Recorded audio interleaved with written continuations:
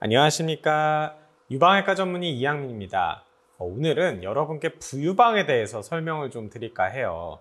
부유방이라는 거는 부가적으로 유방이 또 있다라는 의미고 겨드랑이에 있는 것을 얘기를 합니다.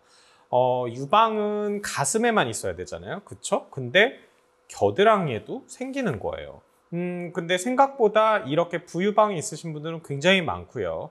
이거는 아주 정상적인 현상입니다.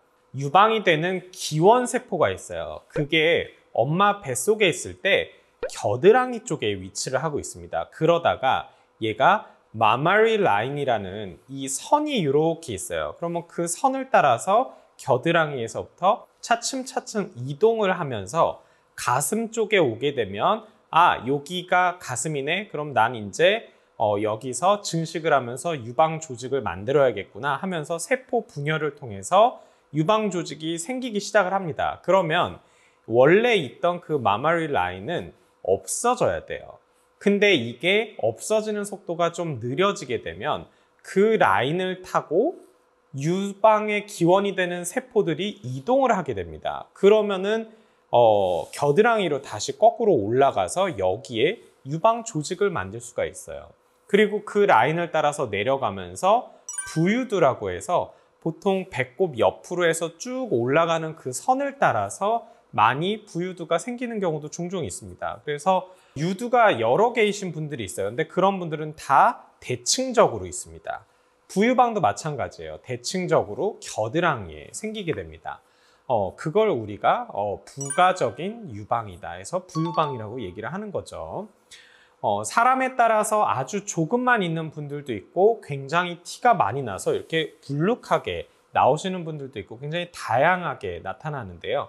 사실 이 부유방은 정상 조직이기 때문에 뭐 특별히 치료가 따로 필요는 없습니다. 하지만 문제가 있죠.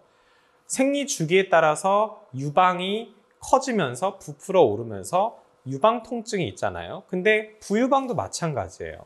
부유방은 더욱이 공간이 더 적기 때문에 부풀어 오를 때 어떤 피부나 주변 조직의 압박 때문에 더 아픈 경우가 종종 있어요. 그래서 부유방이 있는 분들은 흔히 겨드랑이의 통증을 많이 일으키게 됩니다. 그리고 유방에 생기는 건 이론적으로 다 생길 수 있어요. 무록, 섬유낭종성 변화, 섬유선종, 심지어는 유방암도 생길 수는 있습니다.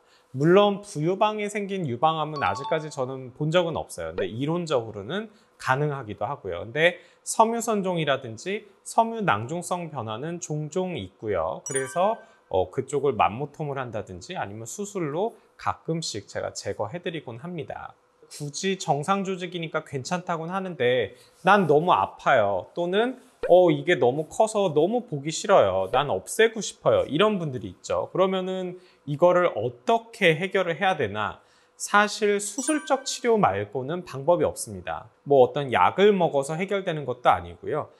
절개해서 수술을 한다든지 아니면 지방흡입과 맘모톰을 이용해서 하는 병원들도 있어요. 이제 부유방이 크신 분들 같은 경우는 그 두 가지를 섞어서 한다든지 이렇게 결국은 칼을 대야지만 해결을 할 수가 있다. 그렇게 아시면 됩니다.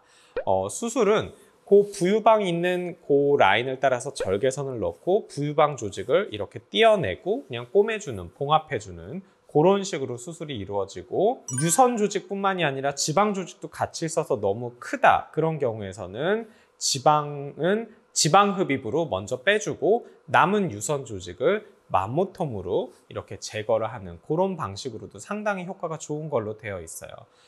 그래서 제거를 원하시는 분들은 그러면 어디를 가야 되나?